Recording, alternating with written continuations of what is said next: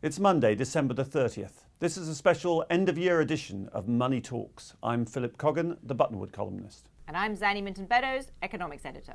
And we'll be looking back at the issues that have dominated the financial markets and economy over the last year.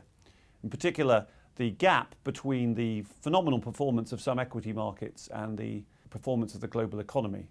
The tapering scare in the middle of the year and its effect on emerging markets. The way that Europe has rebounded a little from its struggles of 2010 and 2011.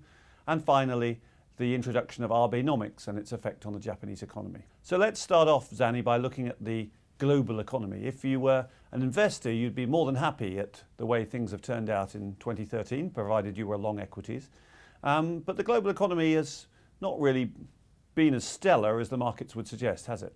Absolutely. I think that's an understatement. I mean, the equity markets have been roaring, but the real economy has been not even ambling, frankly, just sort of trudging along. We probably will end up with growth this year being the slowest in a decade, save for 2009. We had some good news.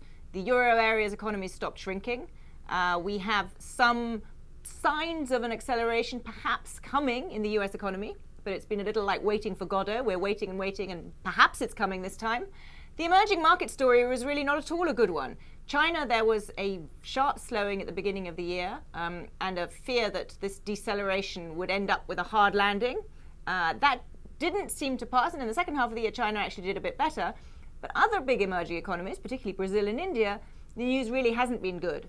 It's been an odd year, hasn't it? The baton's been passed back to the developed world in terms of growth. Though that has the effect of weaker emerging markets in terms of lower commodity prices, which act like a tax cut for Western consumers.